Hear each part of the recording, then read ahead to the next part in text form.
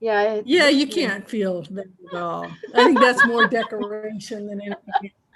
It's not making it a lovely 70 degrees on your back patio.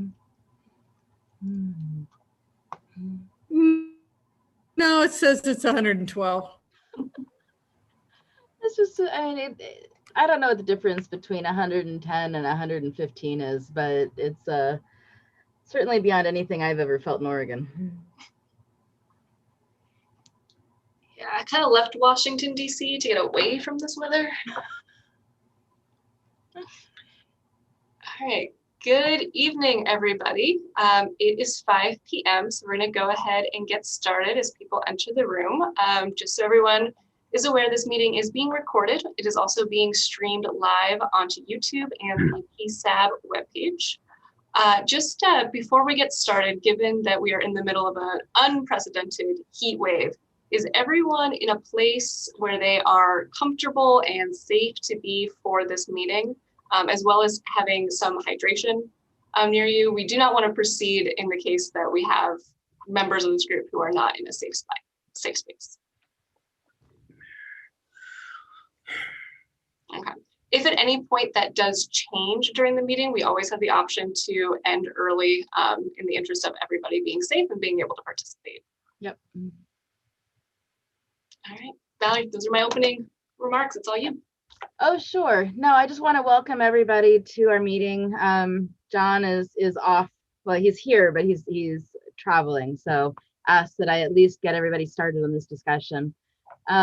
So I just wanted to call the meeting to order. It's 5:01 p.m. on June 28th. And just thank you so much for your participation. I know that particularly when the weather gets kind of extreme like this, at least my ability to focus on things drops off. So I appreciate everybody being here and focused and all that good stuff. So thank you very much. Okay. Okay, so now we'd like to do the centering exercise. So I'd like to invite you to join me in centering our conversations tonight. First, I will read a statement, then I'll ask you to join me in a breathing exercise to help bring focus and thoughtfulness to our conversations today. Okay. Today, we convene to listen and learn from each other through reflection and discussion. As we reevaluate and improve our public safety processes, we elevate the voices and experiences of the communities who have been and continue to be disproportionately impacted, which is not a verb, so it should not be in that sentence as a verb, by inequitable systems. We thank all of those who have advocated and worked on dismantling injustices in Tigard and our broader community. We build off their efforts to create more equitable and just outcomes for people of all backgrounds and abilities. So the purpose of our meeting tonight is to develop our understanding of current public safety structures, practices, and procedures, identify and eliminate institutional racism within Tigard's public institutions by centering equity and racial justice. And we want to bring forward our concerns and the experiences that we have had and our communities have had. And then we want to bring recommendations to city leadership to improve the lived experience of all people in Tigard. So now we will do a breathing exercise together. You may turn off your camera for this portion. Close your eyes or gaze softly downward. Feel the chair underneath your legs. Whoa, what is that? Eduardo, could you please stop this? I can't read the thing if you have this thing up. I don't know how to make this go away. Thank you. Okay, close your eyes or gaze softly downward. Feel the chair underneath your legs. Breathe in deeply through your nose and out of your mouth. Feel your hands in your lap. Breathe in deeply through your nose and out of your mouth. Feel your feet on the ground. Breathe in deeply through your nose and out of your mouth. Slowly open your eyes and begin to breathe normally. Thank you all for participating and creating space with me. And now Kim will begin the roll call. Thank you, Valerie. Jamie McDonald. Here. Nicholas Nunn. I'm here. Shelby will not be joining us this evening. Michael O'Brien. Present. Abdirahim Muhammad. Here. Emilio Calderon. Here. Liz Newton, who I don't see. John Trin, I'm here. Jimmy Brown, no. Lee Landers. Here. Okay, Lee, I'm gonna change your name right now. It looks like a phone number. Yeah, okay, no problem. And Patty Lofgren, I am here. Justin Lowe, Present. Danny Rauda, Here. Valerie Sasaki, I'm here. Sean Stoldryer, nope. Nick Jarmer, Here, thank you. and Jeff Mott. Here. Okay, and Valerie, that is roll. Thank you, Kim. So now I'd like to open the floor up for public comment. Has anybody signed up to testify? No requests to speak were submitted. Only one written public comment, which was sharing a resource on the mental health response team of Washington County. Okay, great. That was sent to the board ahead of this meeting. Great, thank you. Yes, so tonight no community members have joined us to speak. We absolutely invite people to do so if they're interested, because public comments are vital to our mission and we welcome community feedback for our work. So if you have any comments for the board, if anybody watching this has any comments for the board, written testimony has to be submitted by 4:30 p.m. the day of our scheduled meetings. And if you would like to speak at our meeting, please email our staff at eduardo@tigard-or.gov. So that's Eduardo r@tigard-or.gov. And there are, of course, additional details and instructions on how to do that at our the Tigard PSAB website. Okay. Okay, so I will turn the floor over to the chief for our update, including legislative summary. And before we do that, I just want to congratulate Justin on surviving the legislative session, because I know that was taking a lot of his time and energy over the last period of time. Chief, it's all yours. Thank you. And I'm going to turn it over to the board for kind of a decision making. When I asked for this slot, it was to really cover House Bill 2002, which was the most robust bill that was entered in that had a lot of different components. In the last final days, it died. And I think that's when you saw the city of Portland enact some portions of that. Other parts of it, especially the funding, went to different bills. There are 16 police reform bills that did pass, and I am more than happy to cover those, which would take about 20 minutes plus maybe 10 minutes Q&A. Or as I talked to Kim, I can put it off for planning for our next meeting and give a little bit more time for either more topic like the body worn camera and or get you guys out of here a little bit earlier given the heat. So I'm going to turn it over to the board to say, do you want the 16 police reforms listed today, or would you like to put it off till in 2 weeks and give a little bit more time to it? Oh, where's my... Valerie, go ahead. Okay, so one of the things I did mention to Kim is that I think the body worn camera discussion may take more time than we've allocated in this session. But I also know that we had discussed inviting Representative Graber too at some point to talk. So I don't know if we want to combine, having her talk and the update, or if it makes sense to spread both items over a couple of sessions. So I don't feel strongly either way. So I'm curious to hear what other people have to say.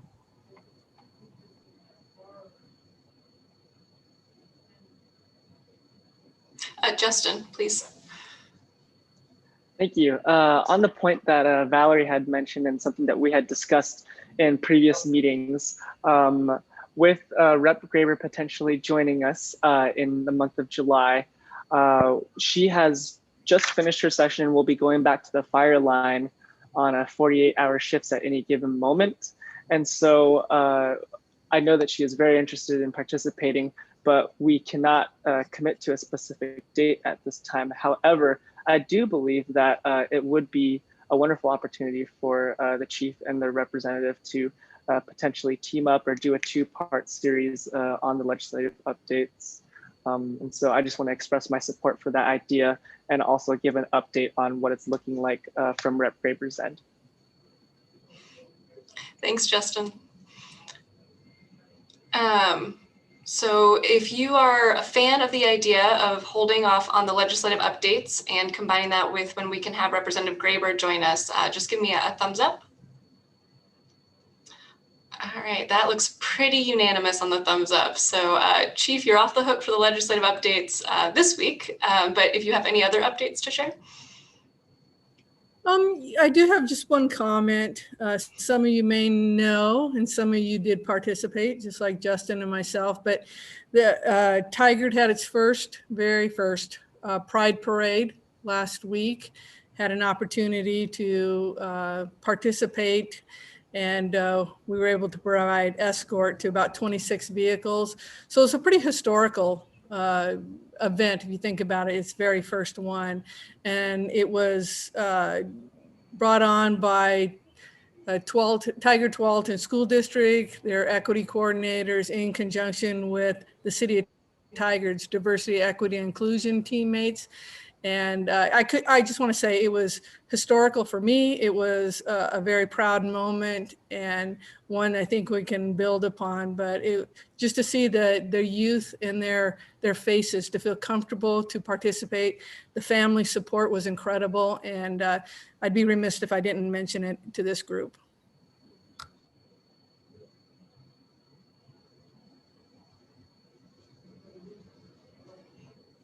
Awesome, thank you, Chief, for your update. And Valerie?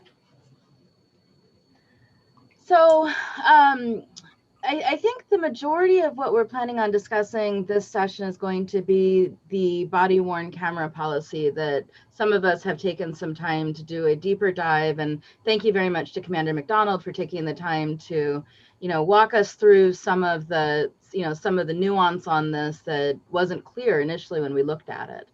And so, I don't know what the best way to proceed with this is. I know that Patty was involved. Sorry, go ahead, Kim. Did you want to? Yeah, with that, I can offer a suggestion, which is I know there were 5 of you. I think we have about 4 with us tonight who were very involved with talking to Jamie McDonald about the body cam policy and the recommendations. So what I would like to suggest is, per some of the emails that we also had, that each of you take 5 minutes to offer your recommendations. I'd like to ask anybody else on the board. We'll go through a roll call. Each member will have up to 5 minutes to offer additional recommendations that they have, and then we'll go into a group discussion. Sure. Before we give our recommendations, I'd just like to provide a little context for the document that we emailed out that Eduardo was able to forward to the board. And this is a document that we use to analyze the policy. But one of the things that wasn't entirely clear to me is that, the policy as it is right now is there's other aspects of things. So that, it refers to other things such as, disciplinary policies or procedures that are not contained within the 4 walls of this document. And so, as you're reading through it and as we're making recommendations, I would just encourage that you keep that in mind. So I'm going to set timers. I'll make sure I give everybody a 1-minute warning. But Valerie, Jeff, Justin, Patty, you all met collectively with the commanders. Anyone who would like to go first? Patty, go ahead. Oh, you're muted, Patty. I know. I actually, before we start, I have a question for the chief, and that would be, and possibly for Justin. Anything that passed in the legislature just recently going to impact this particular document? Is there anything that has sort of been sorted out based on what happened in Salem?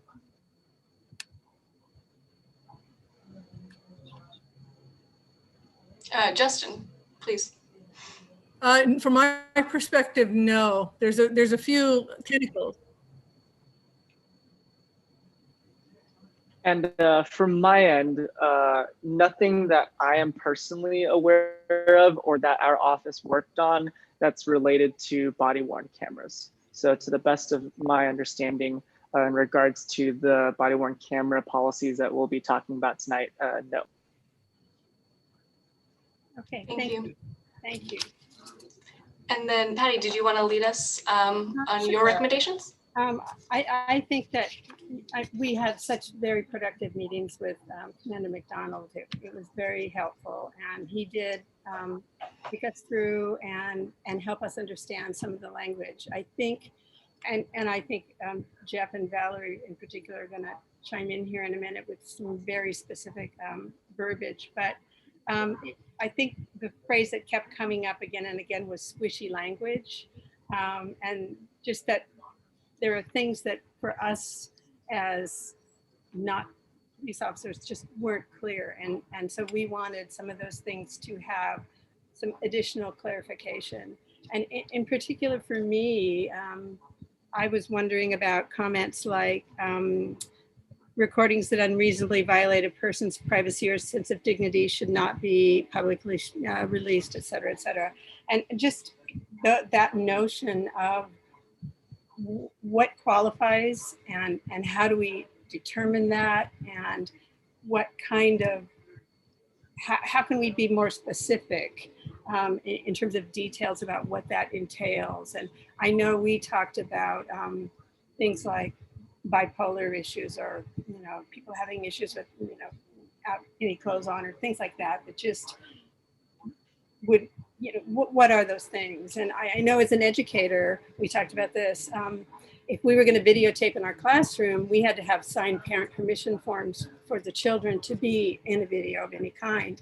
And if we did not have those, we had to blur their faces. And is that something that we're talking about in terms of these recordings? Or, so we just wanted some clarification specifically in that area.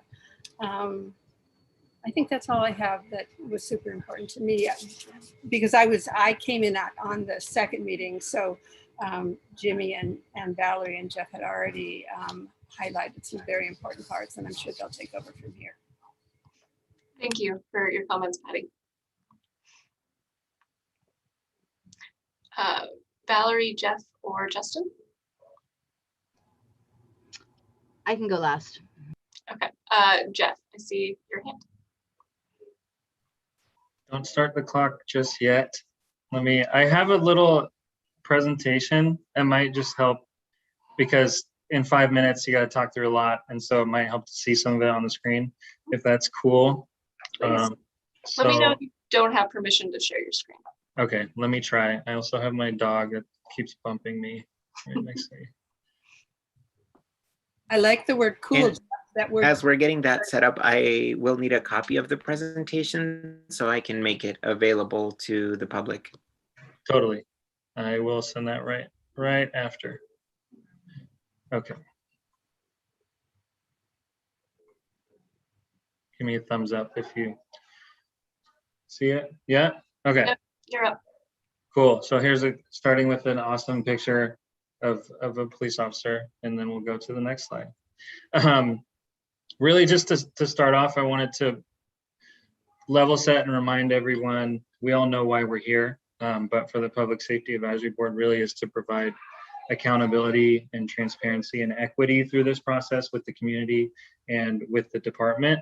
And our four main goals: developing an understanding of current police structure, public safety structure, eliminating institutional racism within Tigard's institutions, centering racial equity and justice, and improving the lived experience of everyone, all people in Tigard. So a lot of it was very clear that Commander McDonald and his team did a ton of work on this and utilized best practices from across the region and across the country, and we really appreciate that.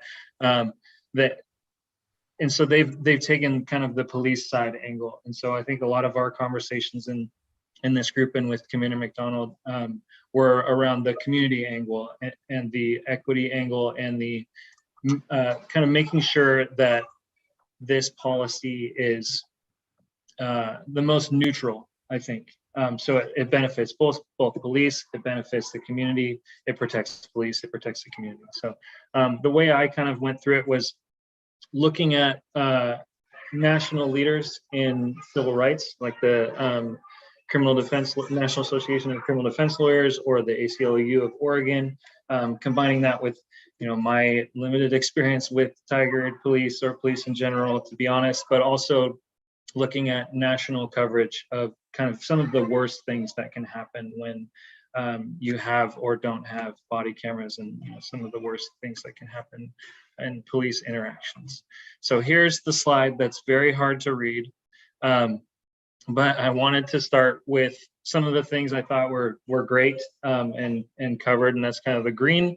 The orange section is things that might just need language to be tweaked, and the red is stuff that wasn't addressed. In general, the changes are kind of around who the audience of this policy is. Right now, it's police officers rightfully need to be able to understand this, but since body cameras are a very important issue and hot topic, I think some of these updates would make it easier for an average citizen to understand and to know how things are working.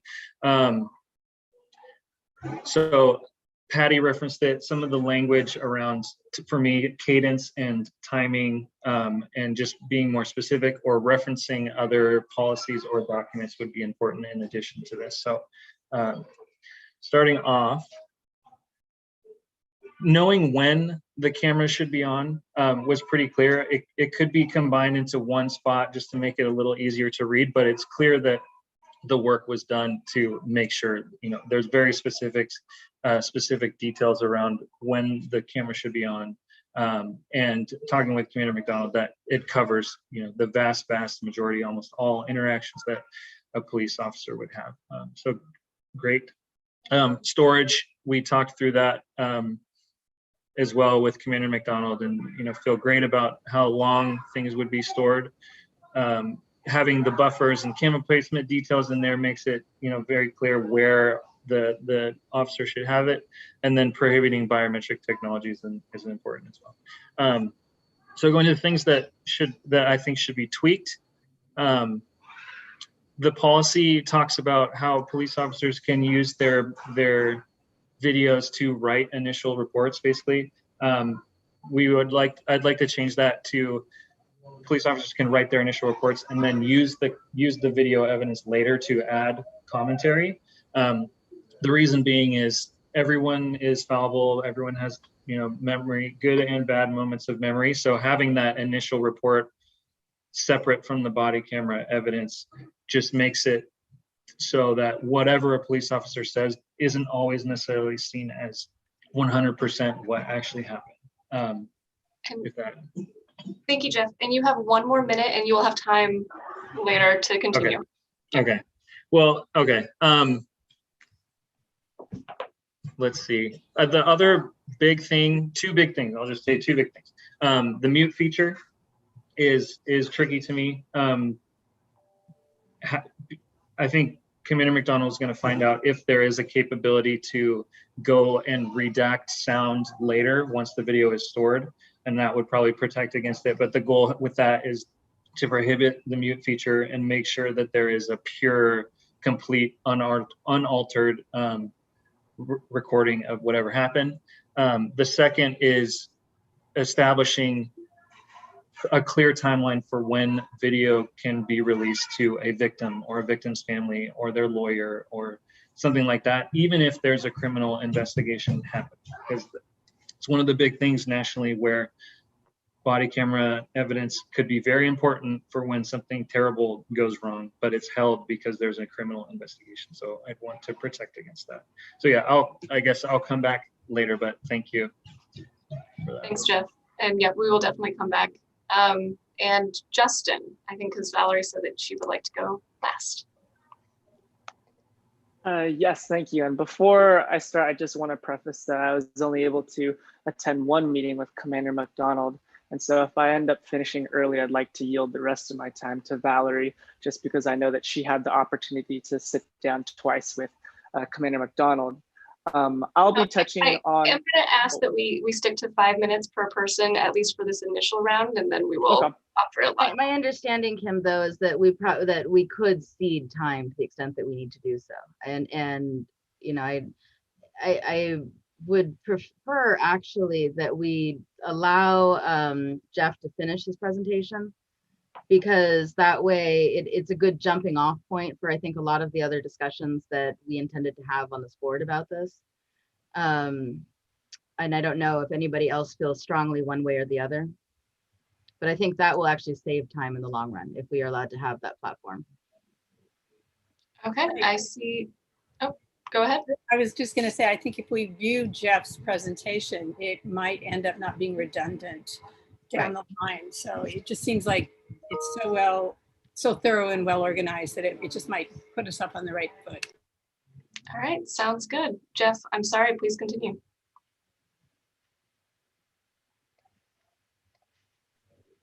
Okay, we're back. Okay, so let's see. So I got to mute function, writing report. Training is in the policy, and I know, talking with the commander, there's a whole separate training manual. So two things with that is reference the training manual, so someone, if they're looking at just specifically this body camera policy, could find the training manual as well, but also establishing a specific cadence for when training should happen, just so we know that things are going as they should, you know. And it could be every 6 months, it could be every year, but just having that specific time frame in the policy would help a lot. Let's see, and then kind of another cadence timing issue I found was around audits. I know there's language from the union around protecting officers from people over auditing, I guess, like trying to get after an officer, which that's good. You shouldn't have anyone, you know, going after someone by auditing their camera, looking for things they did wrong. But auditing at a regular cadence in general, making sure policies are followed is important, and it is important to make sure that officers are turning cameras on when they're using it, that they're interacting with the public in the way they should. So having a cadence around audits tied to disciplinary action when an officer isn't following the policy is important as well. We talked about the clear timeline. This one, I don't know if there's laws around it. So we talked kind of around what Oregon state law might play a role in this, whether video can be released to a lawyer victim or their family while a criminal investigation is going on. But I think there's one of the things we talked about was there's a big difference between releasing video to the public, i.e. news media or whoever, compared to someone who is directly affected or maybe a part of a criminal or civil case in whatever matter. So the importance of providing transparency with this footage is very, very important. And then the last three that weren't addressed, video shouldn't be later used to look for additional crimes. Kind of like how a police sergeant or commander shouldn't go in and look for problems all the time for additional things for their officers. You shouldn't go back and look at footage of a citizen to find out if they did anything else than what you've already charged them for or found. Altering or editing the recording should be prohibited for the primary record. And I think talking with the commander, we learned that if there's any changes done, it creates a copy versus edits the original. So but that's not in the policy specifically around maintaining that pure, unaltered, unedited version of the recording. And finally, training for counsel for the people who are representing the victims or the defendants or whoever, just to make sure they understand the capabilities of the body-worn cameras and how to use footage or how to ask for footage is important as well. So if you want, I'm happy to leave this up for discussion later. You just let me know. I can also share it send it to Eduardo and Kim real quick, and you guys can control it or take it down. Thank you, Jeff. Based on the discussion later this evening, we may want to pull it back up again. So thank you. Okay. But let's take it down, at least for now, for Justin. I'm so glad that Jeff was able to finish his presentation, because I believe him and I shared very similar thoughts, and a lot of the things that I would have liked to also contribute, I think Jeff had also come to his own conclusion and shared as well. So one of the things that I would like to talk about in particular is regarding the release of camera footage to defense lawyers, crime victims, and the accused of the defendant themselves.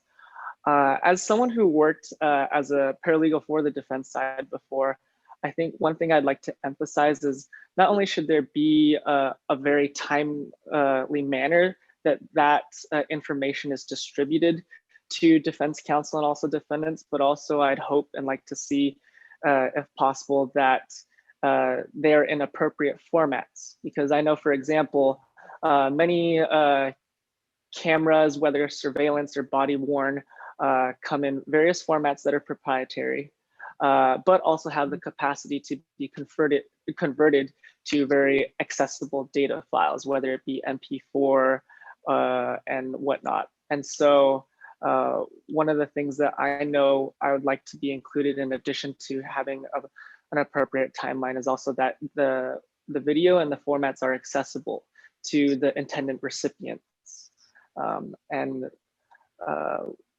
Additionally, I would also like to emphasize, and this pertains to section 449.10 as well as 449.10.1, which is that recordings, when they're retained, even though I know that they are take a lot of data to store, and that this will definitely be an additional burden to the Tigard Police Department as they transition to this new system, is by ensuring that recordings are retained for a period no less than 12 months, and that body-worn camera recordings are identified as relevant to court proceedings that are ongoing at any level for a criminal investigation, should be retained for a period of no less than 36 months, and may be retained for longer periods if the matter continues on afterwards.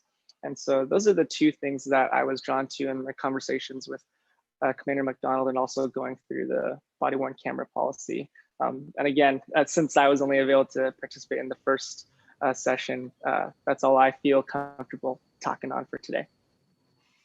Thank you, Justin. Valerie, the floor is yours. Okay, so we circulated. I asked Eduardo to circulate the working draft, and really what we've done there is put together a lot of our thoughts and recommendations, having talked with Commander McDonald. Because it was very clear to me that a lot of the good work. Oh, hi, Jimmy. That the department has put into this policy, is really intended to bring Tigard's body-worn camera policy into the current age, so get rid of a lot of the vestigial language that, related to the old technology. But, one of the things I think, and just to reiterate what Jeff had said, and to a certain extent what Justin had said, is that, I think the utility of this document would be improved if it were a standalone document, or if there were a way to access the other concepts that are embraced within it. Because a lot of the so-called squishy language really isn't that squishy when you actually talk with the police department representatives about how they are, implementing this. But that has to do with the procedures rather than the policy. So it's the how rather than the why. So what we're looking at here is the why part of it. And so, I think a lot of my concerns initially reading it had to do with imprecise language that are addressed elsewhere. So, references or the ability to have cross references to those procedures would be useful. I also think that it's important to recognize what, is clearly the intent behind this policy, is that, this policy is intended to create a neutral record that is not intended to favor either the police department or the, the alleged perpetrators of crimes or to disfavor victims of the crimes. And so, I think that would be very easy to include in the beginning portion of the policy itself. I think that we had some specific ideas with respect to parameters for the use of the data that, it really does sound like a lot of what we would recommend is already being done, but I think making it more clear in the language, because we talked about how would defense counsel access this information? How would, a crime victim access this information? And there are policies and procedures that are in place within the department to make that happen. But, it is not clear just from reading the policy. That's the sort of thing that you have to drill down into. And then, we can talk about the specifics of any of these, but, one of the things that I thought as I was reading through this is that, this is a major leap forward for the amount of work that is imposed on the records clerk. So, I know that there's another position that's being added to help address that as part of the bond measure. But do we want to recommend that there be an ombudsperson's panel to help evaluate those requests and serve as an independent intermediary to avoid the appearance of any impropriety? I mean, I don't think anybody really believes that the department would act with improper intent or, in a way that was intended to disadvantage any party. But to remove that appearance of impropriety, does it make sense to have, a public panel or a public member involved in that evaluation? So I did pose that as a question to this board, if that's something that, would be useful from an equity perspective for the communities that we represent. And, with the thought that it also may help take some of the burden off of the records personnel, because the amount of data, it's just shocking, the amount of data that is going to be involved in this process. And so, we want to make sure that they have the best tools and the best policies to help navigate what could be a very difficult situation, and in the most impartial way possible. And some of these things too, with respect to the 12-month period that we thought, or I thought would be useful to maintain the records, the 6 months in the policy is already more than the law requires. But when you think about how long some of these things can take to work their way through the system or to evaluate, for potential, issues to float to the surface, you think, well, it's better to maintain the record and then have a process for people to access it for a longer period of time. But of course, that does have a revenue impact. So, I know that when we talked with Commander McDonald, he had, expressed, enthusiasm for having the period that they have now in the policy, which is longer than the state law requires. So I think it's good that we have that longer policy.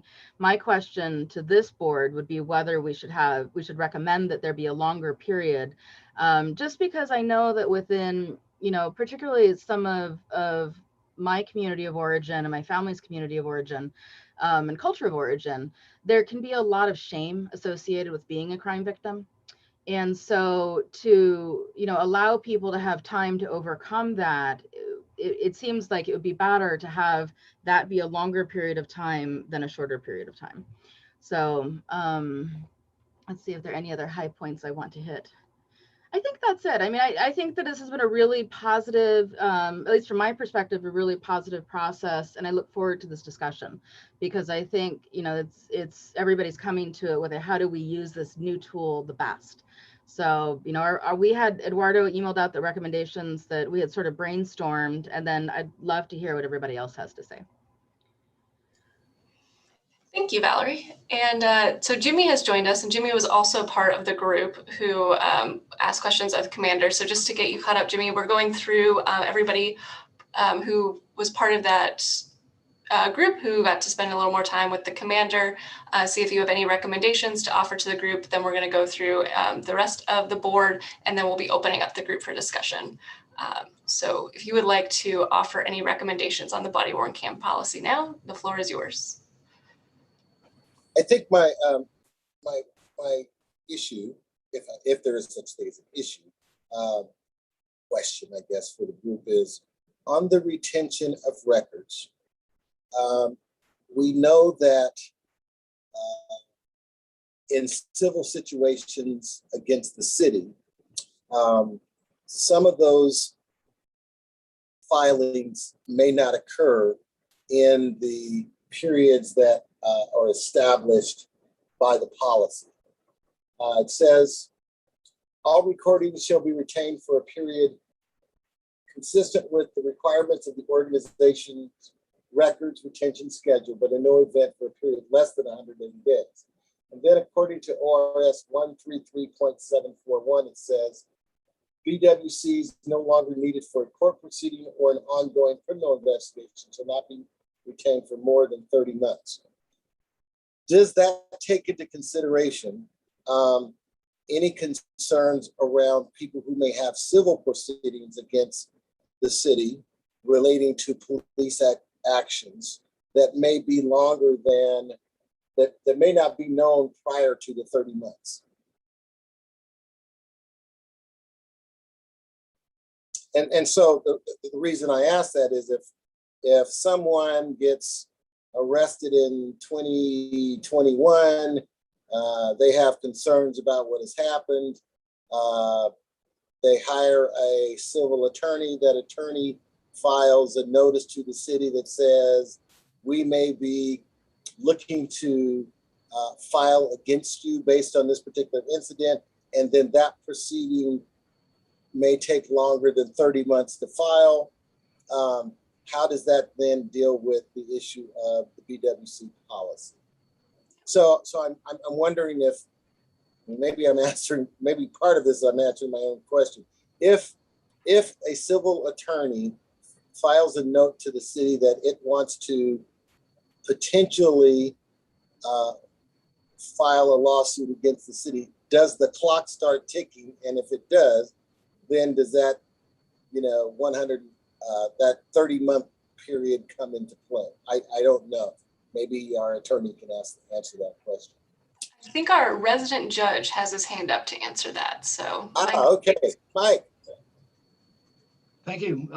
Jimmy, I think you were alluding to Oregon's Tort Claims Act, which, as I recall, and I haven't looked at it for a little while, requires any potential claimant against the city to submit a notice containing certain information within 6 months of the event that they intend to file about.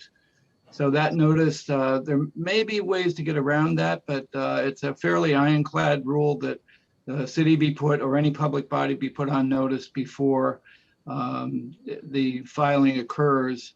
And of course, they can file immediately if they choose to, but that kind of places some constraints on the timelines you're talking about. Okay. So that would impact the filing of the notice, but does that then start the clock relative to the 30 months that evidence would be held? Well, typically, if there's a personal injury claim, for example, and I would imagine that's the more common type of complaint, or false arrest, false imprisonment, that kind of civil suit. As I recall, and Valerie may want to correct this, there's a 2-year statute of limitations on that that's also fairly rigid for filing a formal complaint in a state circuit court. Okay. I would never correct you on that. I do want to say that,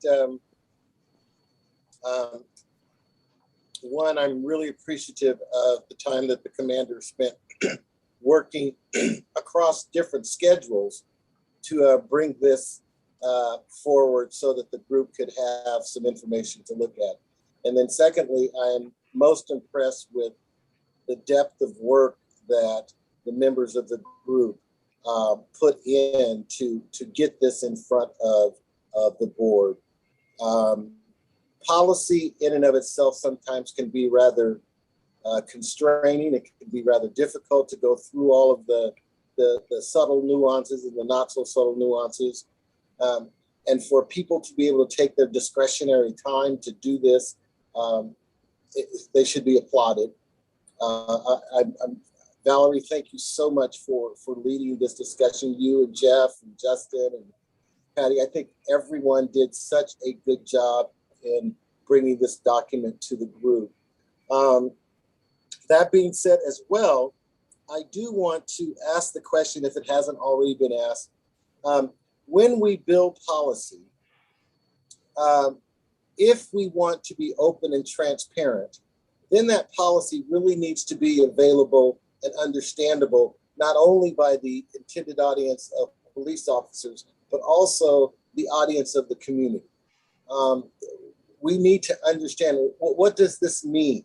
And if I don't quite understand it, is there some way that I can link inside that document that would allow me to further my understanding of the policy? So I certainly want to come down on the side of making this a document that is not just for the members of the department, but also one in which the community can easily understand what's going on. Thank you, Jimmy. So we do have one member of our group who does need to leave us a little early this evening. So I'm going to offer him the opportunity to offer any additional recommendations. So Abdi? I really, Justin, Jeff, where's the last person? Valerie, they've all done an amazing job of saying what saying their words. And I talked to Justin about this specific issue, and I really don't have any other input to put in. They've done an amazing job. So it's a round of applause to you. Okay. Thank you, Abdi. And in a quirk of our group, we do have both city employees as well as members of the community, and I'm just going through on the roll call order. So Officer McDonald, do you have any recommendations for the body-worn camera policy you'd like to put out to the group? Nope, I'm just kind of here to listen. I took my first crack at it when we put the draft together that they've all been taking a look at. So, thank you, Commander. And Officer Nunn, would you like to add any recommendations on the body-worn camera policy? Nope, we made our recommendations already. Fair enough. Michael O'Brien. When I viewed the document, I was trying to segregate out the issues that affect judicial administration, which is more of an appropriate area of comment for a judge in this group, from the other areas. And of course, there are many that would be of interest to me. Years ago, we relied heavily in courts on eyewitness testimony and often physical evidence. And now the sheer volume of audio and visual evidence coming in is overwhelming. And I don't envy the people who have to keep track of these massive records that will go up into the cloud. But the key words in terms of judicial administration are neutral and transparent evidence. A trial in a courtroom, whether it's a jury or a judge, is trying to recreate an event. We're creating a miniature history of an event that produced a controversy that it's our job to resolve. And by far the best evidence consistently is photographic video and audio evidence of that event in helping us. And it's of course enhanced by eyewitness testimony. And we want that evidence to be reliable, and also it has to be available to all parties. There's something called the Brady Rule that many of you know about, requires disclosure of evidence that would be helpful to the defense in a criminal case. And the evidence has to be preserved for that reason as well. So the preservation of that evidence, making sure that it's intact for presentation in court in the relevant portions are, I think, greatly enhanced by these recommendations to the extent that they affect the court. And I just want to comment on, I already mentioned the issue of the tort claims notice. I want to clarify just to answer Jimmy's question more fully. The filing of that tort claims notice, which basically can be a letter, doesn't affect the original 2-year statute of limitations. That's to some extent a separate process.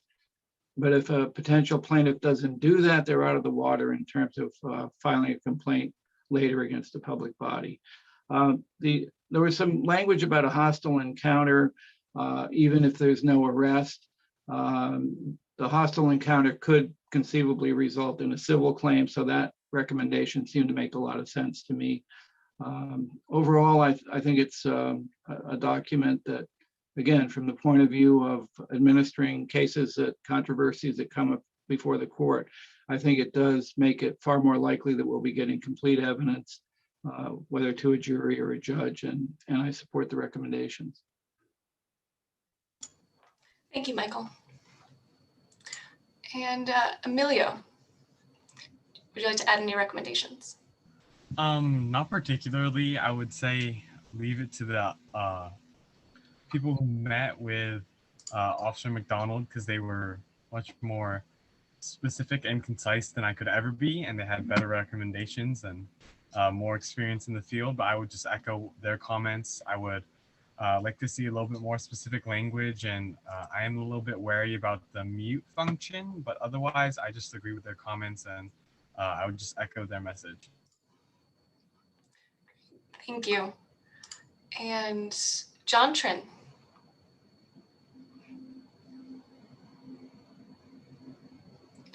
Sorry, Kim, I'm sorry. I don't have any comment. I appreciate, again, the presentation and the comment made by our board members. Thank you. And Lee Landers, would you like to add any recommendations to the group? Yeah. I was listening to all this. Now, what about the whole, what if something happens now, right? And then there's a certain amount of time that goes by, and then it's like, okay, it goes away.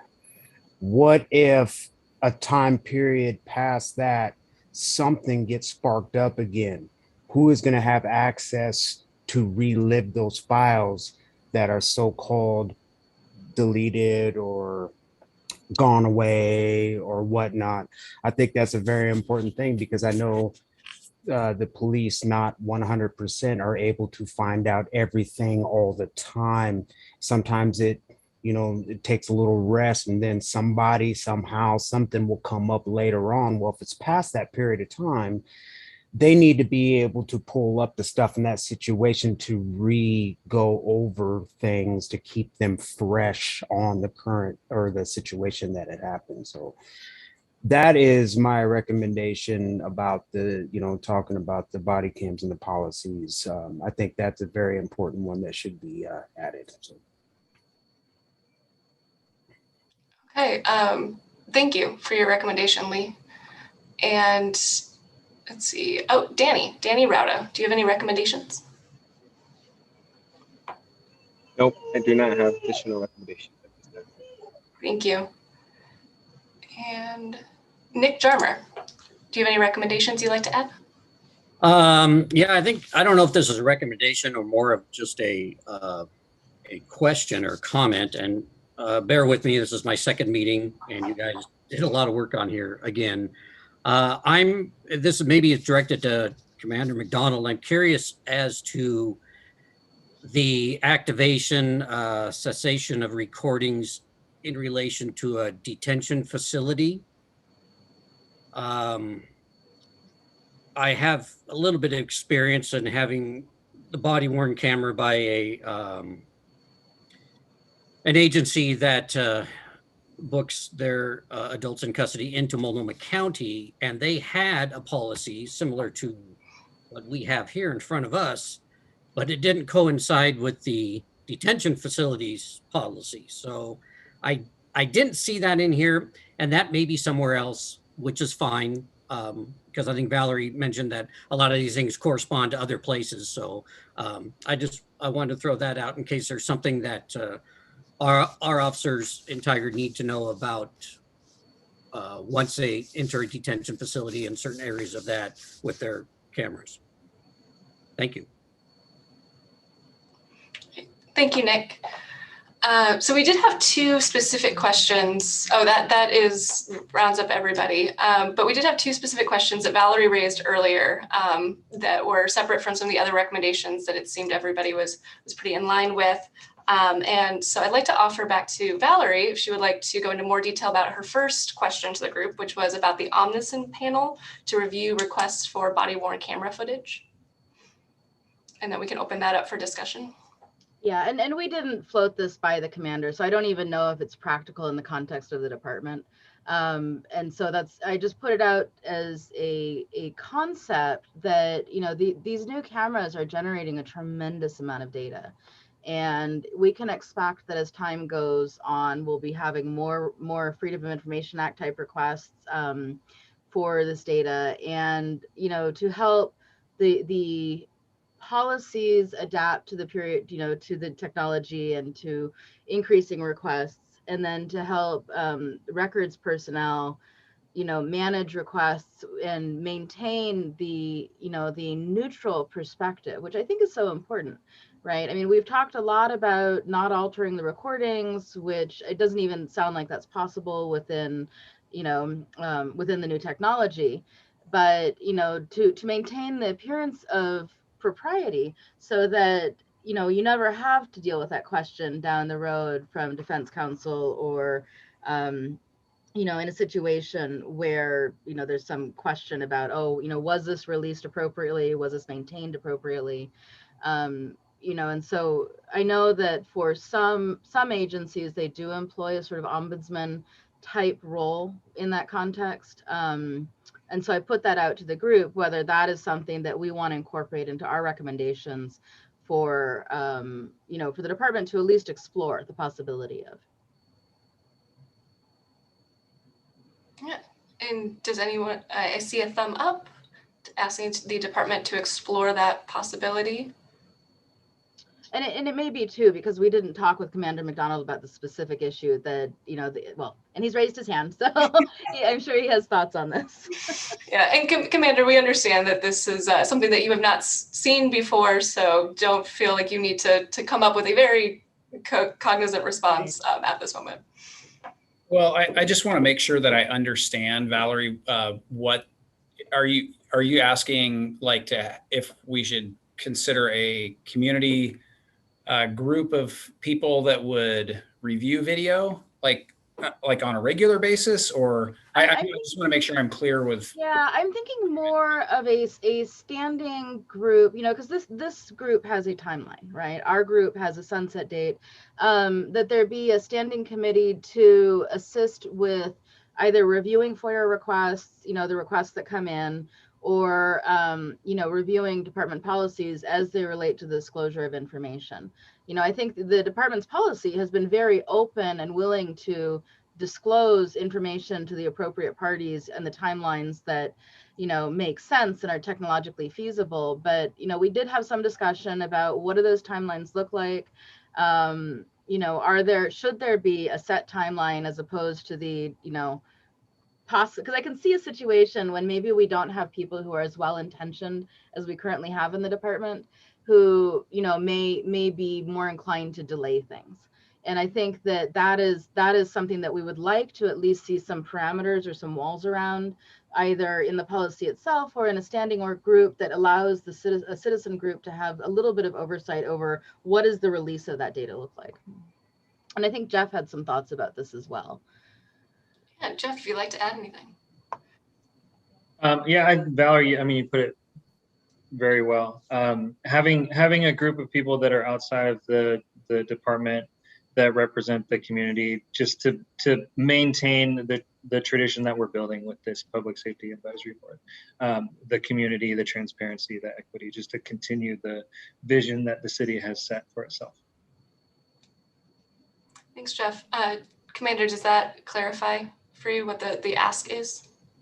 Yeah, that helps. One of the things, and we talked about this in the group, the city gets a ton of public records requests for a variety of different things. And and our records supervisor is constantly processing those as well. So we're not strangers to the world of public records requests. And we do anticipate we'll see more with body cams, but that does help to clarify for me. So when I'm discussing with the chief, and I think, excuse me, it's unfortunate that Shelby isn't here, because she might be able to provide some additional insight on what that might look like in terms of how the city would be able to approach that type of process. Because I really don't know. And I'm sure there's some legalities around it that I won't even begin to try to understand at this point. But yeah, that does help. Thank you. And that's part of the reason why we wanted to at least put together a document that the city and the department and this committee can respond to. Because I know for me, I had to sit with the policy for a little while just to think about, okay, well, what do I think is going well here? Because I think there is a lot of work that has gone into this policy to bring it into the current age. But then, you know, where are areas where things may be fine-tuned with an equity lens to, you know, make things more transparent? Because I do agree with what Judge O'Brien said. You know, I think neutrality and transparency really should be the goal of this policy. Thank you, Valerie. And you did have one more ask, which was the policy, I think, currently states that it's 180 days minimum to hold body cam footage, and that you asked if the group had a longer period that they would like to recommend. If you'd like to add anything to that. Yeah, no, and just to put a little bit more color around that, you know, 180 days is what, about 6 months? And it just seems a very short period of time to me, even though it is longer than the state law requires. And while it may be sufficient to, you know, for a tort claims notice, it just seems to me that it would be more protective and better from an evidentiary perspective if we could expand that for a greater period of time. You know, because then you could have an officer who was involved in something, you know, 7 months ago that, you know, didn't seem like an issue at the time, but then, you know, something gets filed within that period, that window, and we would have the impartial evidence on, you know, to say, well, what exactly happened there. So that's the only thing that really leapt out at me. And, you know, it always amazes me how long some of these things take. You know, to sort of percolate their way through the system, even if you take away, even in the majority community. So once you add in a minority equity filter to this, I think things may take longer. You know, we've seen, for example, with the recent rise in anti-Asian hate crimes, that there's a tremendous reluctance in the community to report them and to say this thing happened. So to the extent that, you know, people are able to work through that over a greater period of time, I think it would be better for us to maintain the records longer. But, you know, with being cognizant, there may be a revenue cost associated with that, because again, it's a tremendous amount of data. So, you know, as it's a more of an exploratory issue, I think, because I don't know what it would cost. And I think that's going to be one of the questions that City Council would have if we go to them and say, you know, we think this policy is great, but here's a couple of things we want to fine tune.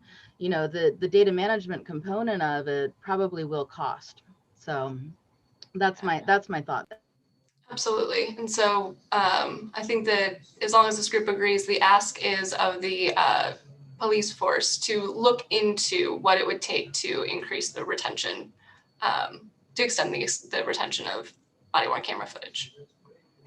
And it looks like Lee wants to say something. Yes, I just wanted to make sure we nailed down your point first. Lee, please.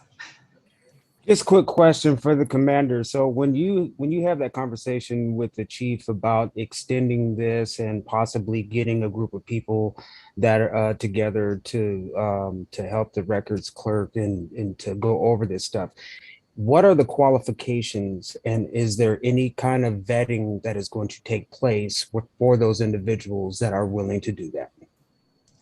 And Commander, I think I can answer that. We're still very much in the exploratory phase on that. So we have not gotten, the police chief or this group has not gotten anywhere near what the vetting would be for that possible group in the future. But as things become more clear, I'm sure there will be opportunities for public comment and interest from all parties.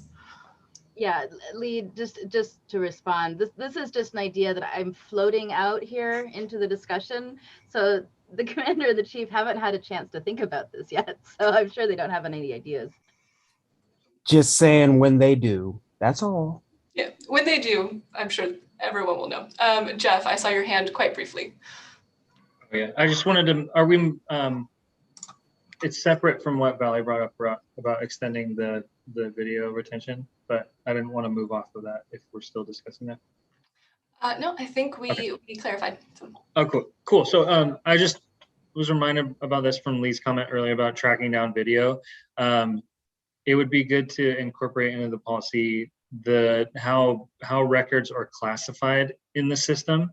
There's probably a standard operating procedure somewhere within the department. But if people can understand the fields that are used, like date, time, officer, how you can classify certain tags, it would allow people to be more specific in their requests, which could eventually save the records clerk a lot of time in like rounding up video. Or if someone is asking for a broader source, they would know what tags to use. So then the clerk could utilize that to save time and be more specific with their fulfillment of that request.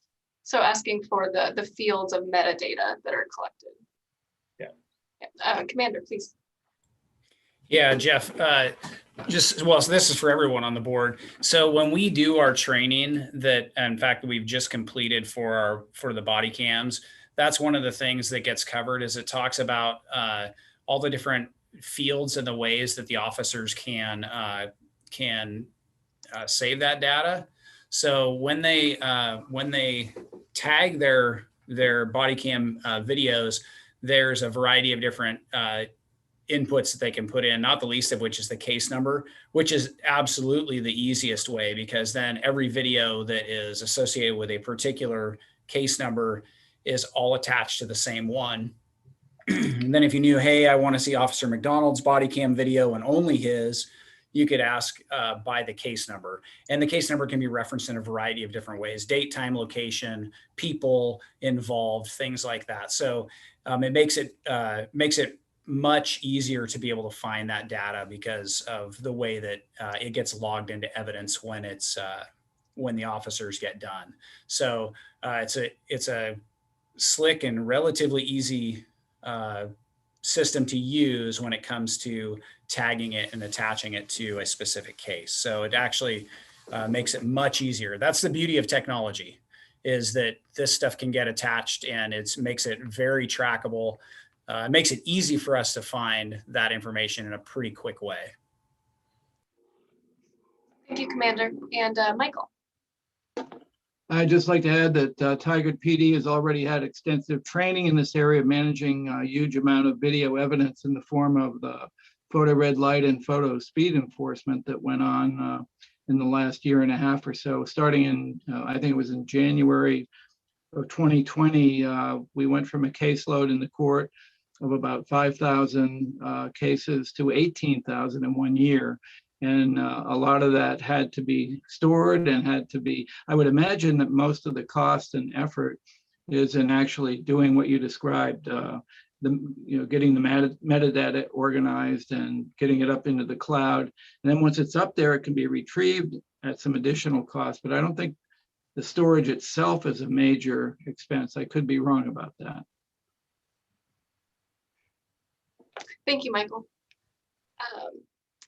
Any other recommendations, suggestions, comments for the group on the body worn camera policy? Valerie, please. So I just wanted to make sure that people had a chance to review sort of the major points that we'd circulated. I know it went out last Thursday to the group. But I would like, if people would like additional time to think about it and to review it in light of this discussion, I'd like to put a placeholder agenda item on our next meeting's agenda, just to make sure that we've addressed everything. Because I know for me, a lot of times I'll have a discussion and then things will occur to me after the fact, like, oh, I should have said that thing. So I just want to make sure that we create space for people to do that if they haven't had a chance to fully digest everything.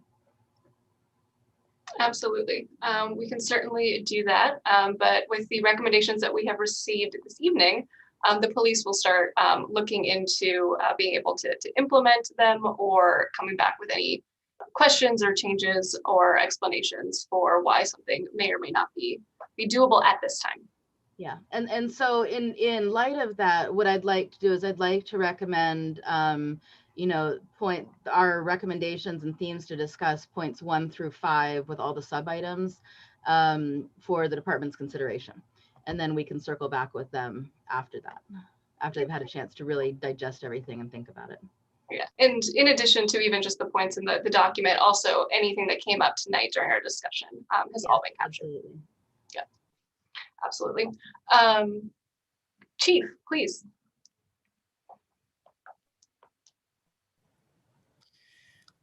Yeah, let me turn on the video. Just to give some feedback, since this is the first real policy related recommendations that were robust, what you can expect from me. So there's it touches a lot of different parts of this policy. So I'm going to peel it back. As you all know, the policies aren't done in a vacuum. We contract out with the legal team. We have, case law. We have public records laws.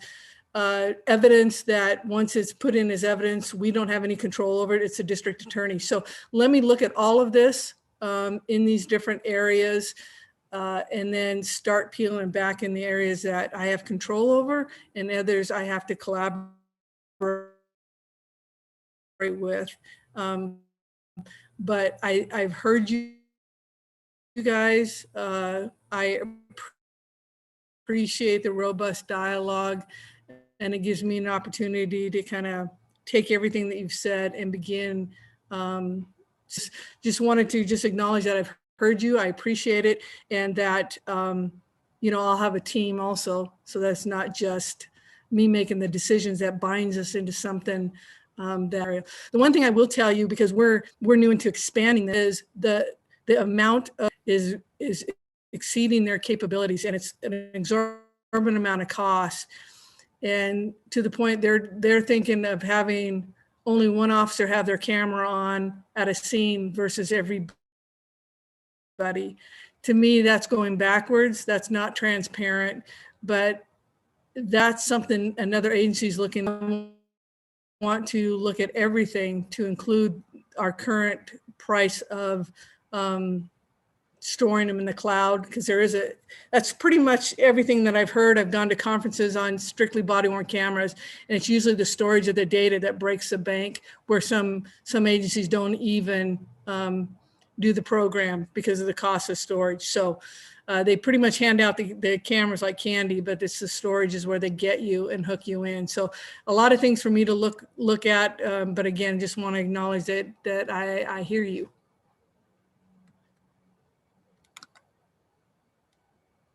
Thank you, Chief, and thank you for making it clear this will not be the last time we talk about body-worn cameras with this group. And Officer Nunn, please. Yeah, just following up with what the chief said, that a lot of the recommendations you've made tonight or suggestions are going to have to be bargained, because a lot of the things you said don't currently fit into our contract or would be a change in contractual. So those all need to be discussed as well with, I'm sure we'll be talking with Commander and the Chief regarding those in those things that I've written down and would need to be bargained. Thank you for letting us in below the hood a little bit, Officer. And Valerie, please. I just wanted to say, and I think I speak for the rest of the folks who are involved in looking at this, that we really do want to make ourselves available to the extent there are any concerns or questions as you're working through these points. We're happy to engage and have a discussion. I think a lot of them really just reflect things that you're already doing. So, despite what Officer Nunn says, I actually don't think there are a lot of changes here. I just think it's a matter of making it more clear and, tying certain things that already exist together. So thank you. Thanks, Valerie. And Jimmy. Yes, just a couple of things. Relative to the chief and the administrative group, management group, going back and looking at the recommendations that have come forward, could you define for us what parts of those recommendations might impact bargaining elements? Define that for us. Could you also describe what are the anticipated costs that might come with establishing the recommendations either in whole or in part? If those anticipated costs exceed the current budget for body-worn cameras and would require going in front of council to request additional funding for such elements. I think that would be a place where the PSC board chair and vice chair could come and speak on behalf of the board and explain to city council what and how we got to the place that we did, so that we show a united front as it relates to the board's values around transparency, openness, and equity. Yeah, thank you, Jimmy. I am not sure the chief and commander could speak to particular elements this evening that would require collective bargaining agreement, but I'm sure that's something we can discuss in the future as they review and start looking under the hood of how these recommendations can come together. Right, I wouldn't expect them to do that tonight. I think we gave a fairly exhaustive look at the policy, and the recommendations have come forward with lots of thought and lots of intent. And so in the interest of transparency from the members of that group, we're not asking for answers to those things tonight. But certainly, as Valerie has requested, that we have a continuation of this discussion, because it really is central to issues of transparency and equity and connection to the community. Absolutely. Thank you, Jimmy. And Jeff, please. Yeah, thanks. This going and reviewing this document that we've put together, and from the comments from everyone, can be a massive amount of work. So I hate to use the word timeline around when we can expect something back or feedback. But I would suggest, though, instead of just saying a hard date, having kind of a standing agenda item for things, and instead of waiting until everything is done and we talk about the whole thing, we can go, as you see things that you can implement immediately or things that you for sure can't, and this is what you're going to be doing next. So like kind of staggering everything through instead of waiting, because it's a lot of work to go through the whole thing. So. I think the commander has a response. Yeah, hey Jeff, it turns out I've got a boss that's super motivated, and probably tomorrow morning at 7 a.m. she's going to be like, all right, when are we going to start working on this stuff? Here's my question for this, this, and this. And so that's kind of how we work. So yes, we will, I guarantee at the next meeting to have at least some type of an update and some sort of a path charted forward for a lot of what we've talked about tonight. And I did real quick, Kim wanted to circle back with Nick. Nick Jarmer, since we have two Nicks in here now. Since we work mainly with Washington County, we have talked with them about the issue with body cams coming in. And fortunately, we're like the third agency in the county to have a full implementation. So it's not something that they're unfamiliar with, and all of their deputies that work in intake totally are on board. In fact, they're in the process of moving forward with their own body cam program, and from what I understand, they're going to use them in at least in the intake area in the jail as well. So great. Thank you, Commander, and thank you everybody for thoughtful analysis, that's the word, of the policy over the last few weeks and coming together this evening with some thoughtful recommendations. It's just my favorite part of my week. But before we move to the next part of the agenda, given that there is a heat wave, given that it still has not come close to breaking, is everybody still in a place where they are comfortable and safe and able to continue with the agenda?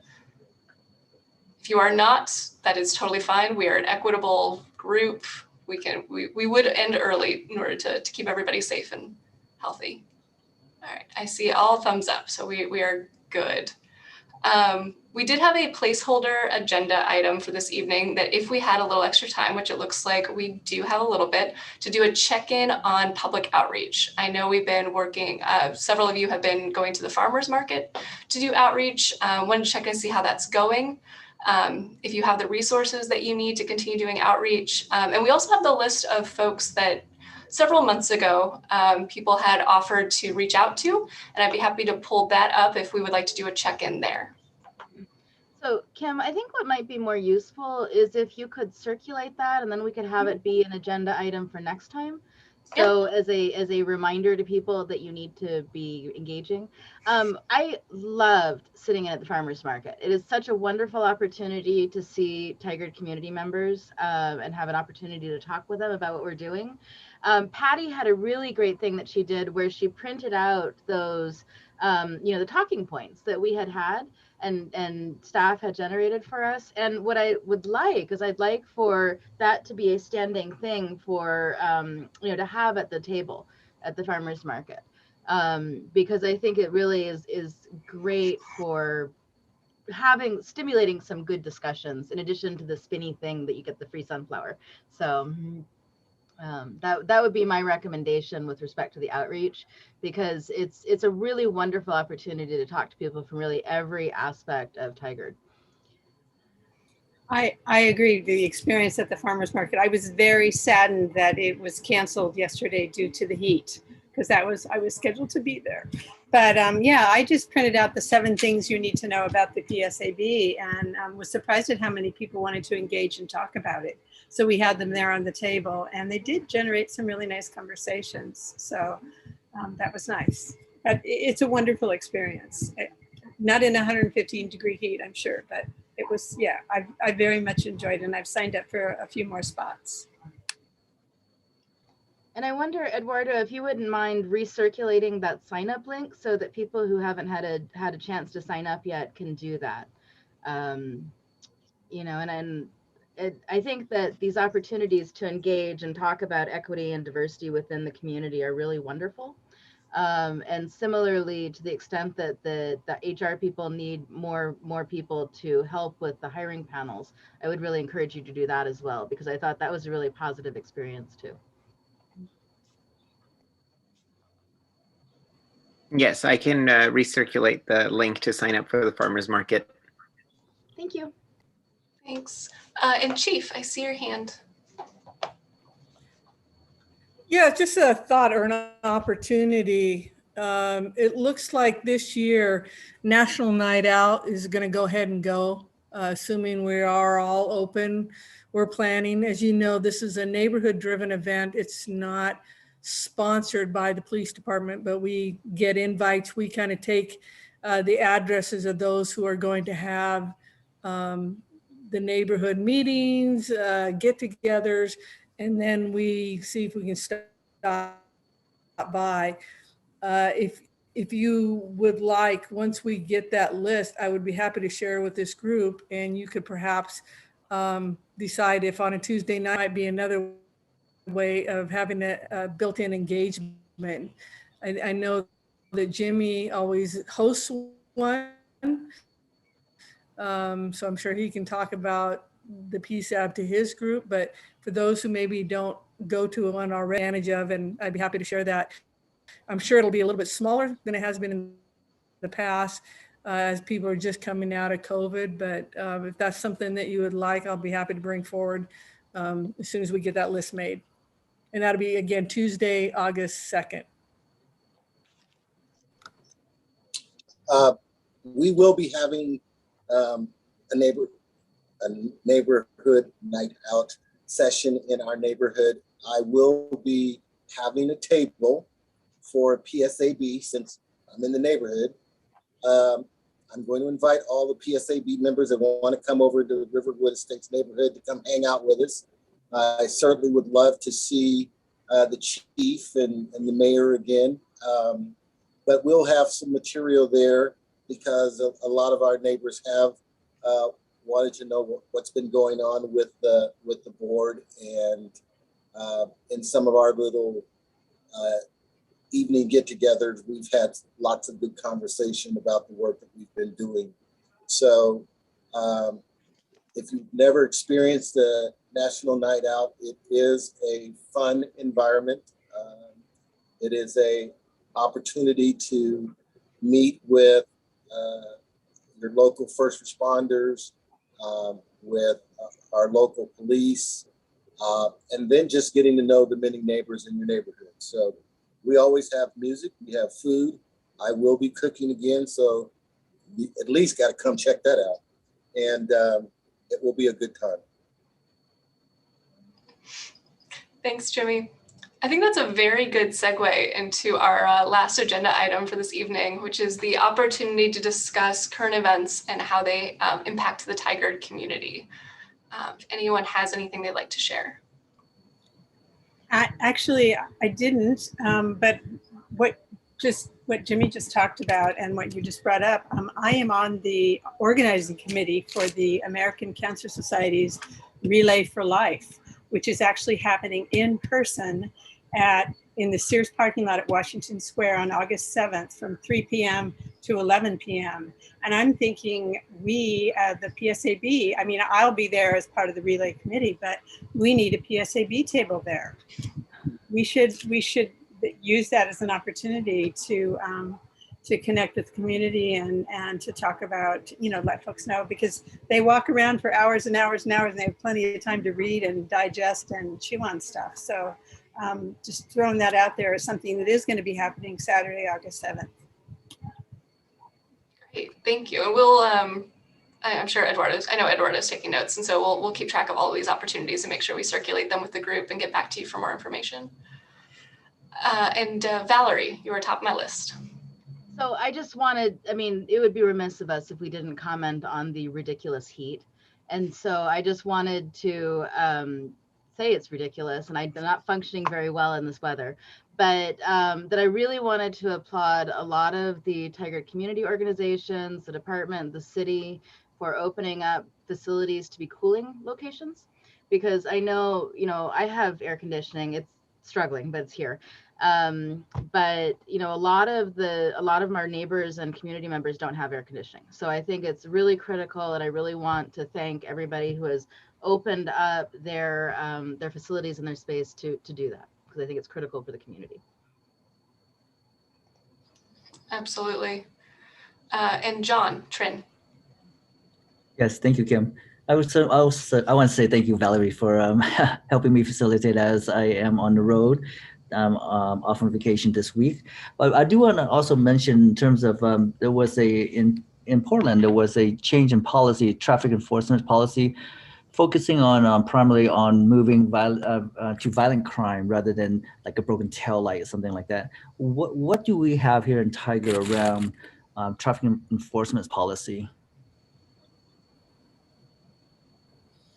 Well, you're not the first person who's asked that. I've received plenty of communication already, most expressing that we don't adopt the same approach. Our community members asking me not to do a Me Too.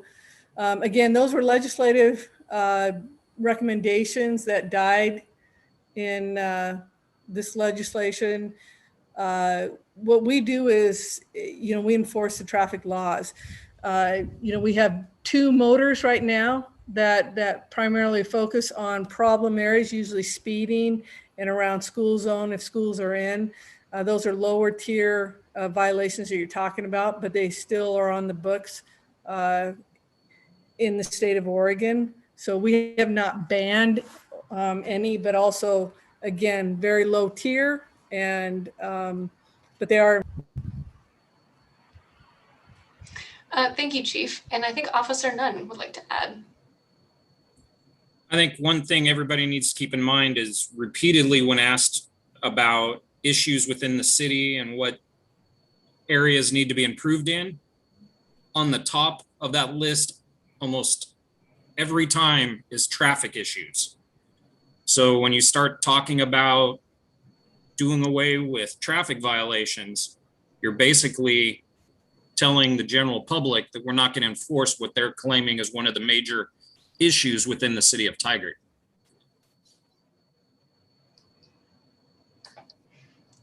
Thank you, Officer Nunn.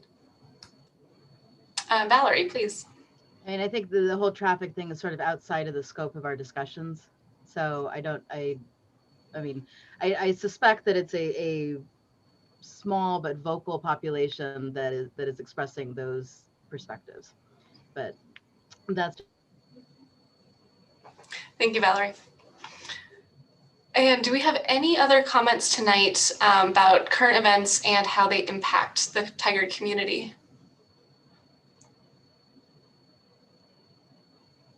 Okay, I don't see any hands. I'm going to go ahead and talk about some next steps. Following this meeting, I will send out the engagement list so that we can discuss it at the following meeting, or Eduardo will, as well as sending out the link for signing up at the farmers markets. We have 2 agenda items that have been requested for next meeting, one being an agenda item for additional body-worn camera policy recommendations from anybody in the group, as well as a standing agenda item in the future for updates on how recommendations are being implemented. So those you can expect to see in the next agenda item. And then if you are one of the folks who offered an event tonight, expect to hear from somebody on staff about how to engage. And I think that I captured everything. Valerie, please tell me if I'm wrong. I just wanted to say I'm looking forward to hanging out with Jimmy on August 2nd. So. No, I think that's a great summary, and thank you again for facilitating our discussion, and thanks to Eduardo for keeping us organized and circulating all of the different moving pieces. I know it's a lot to keep track of. So with that, shall we wrap up and a little bit early and let people get on with their very hot evenings? I think it's 108 degrees outside right now, so it's down from 114, which it was earlier today. Okay, so. Is anything else that people will need to discuss before we adjourn? No? Okay, so I'd like a motion to adjourn, please. I'll move to adjourn. Okay, any second? I second. All in favor? Any opposed? And I will find you if you're opposed. All right, hearing none, the meeting is hereby adjourned. Thank you again so much for all of your time. Stay cool and hydrated. Bye, everybody.